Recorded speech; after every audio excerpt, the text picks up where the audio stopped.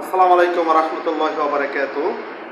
আজকে একটা করোনা নামক একটা ঘটনা আপনাদের মধ্যে শেয়ার করব, যেটা সম্প্রতি বিভিন্ন চ্যানেল বিভিন্ন মিডিয়াতে প্রচারণা হয়ে গিয়েছে। আজকে যে একটা করুণ ঘটনা ঘটেছে বর্তমানে, সেটা হচ্ছে 8 বছরের একটা শিশু, তার নাম হচ্ছে রানিসা। তো রানিসার সবাই আপনারা দেখতে পাচ্ছেন যে তার যে করুণ মৃত্যুটা, তাকে প্রথমত দর্শন করছে। দর্শন করার পর তাকে গলা কেটে তাকে আর দেহটাকে চূর্ণ বিচ্ছিন্ন করছে, মানে দ্বিখণ্ডিত করে ফেলেছে। দ্বিখণ্ডিত করার পরে তাকে এক এক জায়গায় এক এক স্টেপে ফালিয়ে ধুয়ে দিছে। কিন্তু এত সব সাহস কীভাবে পায় এই নরপিশাচগুলো? আমার প্রশ্ন হচ্ছে, যারা এই কাপুরুষগুলা এরকম ছোট বাচ্চাদেরকে দর্শন করে তাদেরকে কঠোরমূলক শাস্তি দেওয়া উচিত, এটা আমি মনে করি। শুধু আমি না, দেশের যত সচেতন মানুষ আছে তাদের এই চায় একটি দাবি, তাদের জন্য যথাযথভাবে বিচার হয়। কিন্তু আমাদের দেশের মধ্যে প্রেক্ষাপটে বর্তমানে এরূপ বিচার কখনো হচ্ছে না। হয়তো পুলিশ প্রশাসনের কাছে হয়তো এই মামলাটা করা হয়, পরবর্তীতে তারা বিভিন্ন কর্মপন্থার মাধ্যমে এই আইনের আওতাধীন থেকেও তারা বাহির হয়ে আসে। তার পরবর্তীতে তারা আবার সেই একই অপরাধ চক্রের মধ্যে জড়িত হয়ে পড়ে। এখন আমার প্রশ্ন হচ্ছে, এই নরপিশাচগুলা তারা কিভাবে এই ছোট বাচ্চাদেরকে দর্শন করে হত্যা করে? এই হত্যার বিচার কি কখনো হবে না? এ দেশের মধ্যে বর্তমানে যত খুন খারাপি হচ্ছে, বর্তমানে দর্শনের জিনিসটা বাংলাদেশের মধ্যে অন্তত বেড়েই চলছে।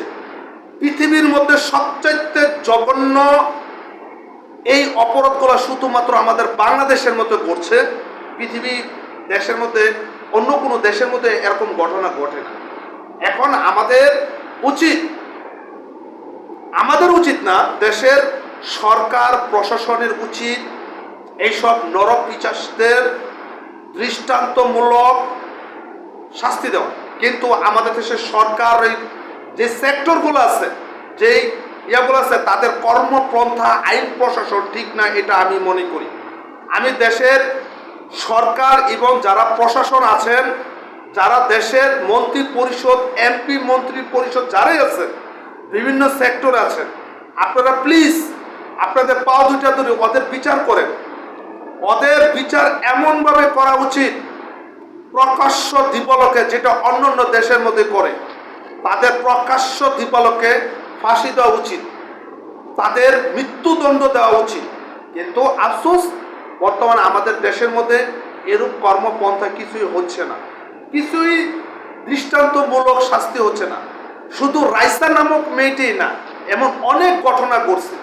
5 বছরের মেয়েদের দর্শন করে হত্যা করা হচ্ছে। এরকম কেন হত্যা করা হচ্ছে? এই নরপিশাচদের কি শাস্তি হবে না? আমাদের দেশের সরকার প্রশাসন কি তাদের দৃষ্টান্তমূলক শাস্তির ব্যবস্থা করবে না? তাহলে কেন? দেশের অভিভাবক কে? একটা দেশের অভিভাবক হচ্ছে আমাদের দেশের সরকার, যিনি দেশ পরিচালনা করবে। শুধু সরকারই না, সরকারের অন্তর্ভুক্ত যারা আছেন, পুলিশ প্রশাসন, এমনকি যারা মন্ত্রী পরিষদ, এমপি পরিষদ মেম্বার, যত সেক্টরে আছেন, দেশ পরিচালনার কাজে নিযুক্ত আছেন, আপনারা প্লিজ ওদের বিচার করেন। বিচারটা তো আপনারা করছেন না। তাহলে ওই নরপিশাচগুলা কেন আইনের আওতাধীন থেকে বেরিয়ে আসে? আমি মনে করি তাদের আইনের আওতাধীন না এনে তাদের যথাযথ ডাইরেক্ট তাদের মৃত্যুদণ্ড কার্যকর করাবো। এটা শুধু আমি একজন সচেতন মানুষই বলবো না, এটা দেশের সচেতন নাগরিক তারাও চায়।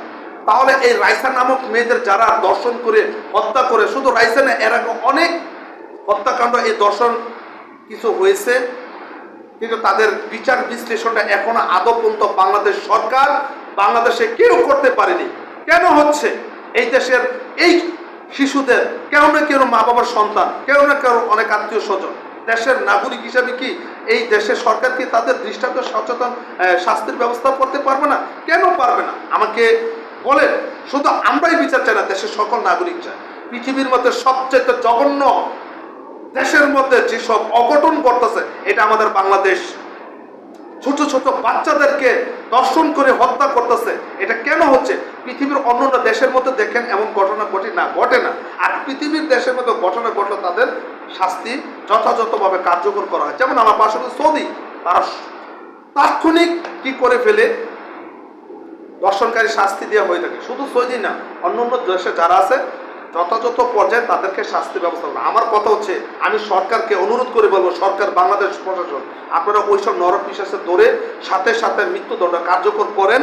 তাহলে দেশের মানুষ বুঝতে পারবে যে আসলে দেশের সরকার কিছু কাজ করতে পারতেছে। ইভেন কি তাদের যদি প্রকাশ্য দিবালোকে ওই দর্শন নরপিশাচদেরকে যদি শাস্তি দেওয়া হয়, মানে তাদেরকে যথাযথ শাস্তি দেওয়া, তাহলে ওরূপ নরপিশাচদের মতো আর কেউ এরূপ জঘন্যতম অপরাধ করতে পারবে না, কখনো পারবে না। তাই আমি দেশের সরকারকে এতটুকু অনুরোধ করব, আপনারা যারা প্রশাসন আছে, সরকার আছেন, ওইসব নরপিশাচদের ধরে আপনারা দৃষ্টান্তমূলক শাস্তির ব্যবস্থা করেন। অবশ্যই করেন, বসে থাকেন না, করেন, প্লিজ করেন, যাতে এই নরপিশাচটা আর কোনো এই জঘন্য কাজ কখনো করতে না করে।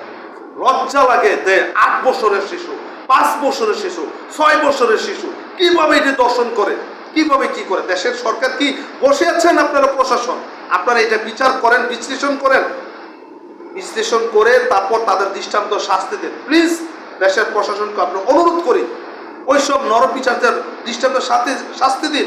যারা এই যে 5 বছর 6 বছর শিশু, এটা তো কারোর বাবা মার সন্তান, এটা দেশের একটা অভিশাপ শুরু হয়ে দাঁড়িয়েছে। বিচার বিশ্লেষণ হয় না বাংলাদেশের মধ্যে। বিচার করেন, তাদের দৃষ্টান্তমূলক বিচার করেন। সরকারদের অনুরোধ করব, আপনারা বিচার করেন, প্রকাশ্য দিবালোকে তাকে ফাঁসি দিন, শিরোচ্ছেদ করেন। দেশের মানুষ বুঝতে পারবে যে আসলে দেশের বিচার কায়েম হয়েছে। এবং এই নরপিশাচদের যদি আপনারা শাস্তি দেন, তাহলে এরূপ নরপিশাচদের দেখে আরো যারা অন্যায় করতে পারবে, তারা দেখো সচেতন হয়ে যাবে যে আর কখনোই জঘন্যতম অন্যায় কখনো কেউ করতে পারবে না। সুতরাং আমি দেশের সরকার প্রশাসনকে একটি কথাই বলবো, এরূপ দর্শনকারীদের শাস্তি দেন, দিয়ে তাদের সরাসরি শাস্তি দিন। তাদের কোনো জামিননামা কিছু করবে না, ডাইরেক্ট শাস্তি দিন। তাহলে এদেশের মানুষ শান্তি পাবে। আর এই রাইসা নামক 8 বছরের শিশু, অন্যান্য 5 বছরের শিশু কখনো অকালে জীবন হারাবে না। আমি এটাই দেশের প্রশাসন, দেশের সকল নাগরিকদের প্রতি আহ্বান জানাচ্ছি উদার্থ, আপনারা এরূপ নরপিশাচদের সরাসরি শাস্তির ব্যবস্থা করেন, সরাসরি শাস্তি দিন। তাহলে এদেশে আশা করি দর্শনকারী আস্তে আস্তে কমে আসবে। তাই এটি আমার আকুল আবেদন, সরকারের কাছে আমার আকুল আবেদন, প্রশাসনের কাছে সরকারের আবেদন, সকলের কাছে আমরা সাধারণ জনগণ দৃষ্টি আকর্ষণ করি।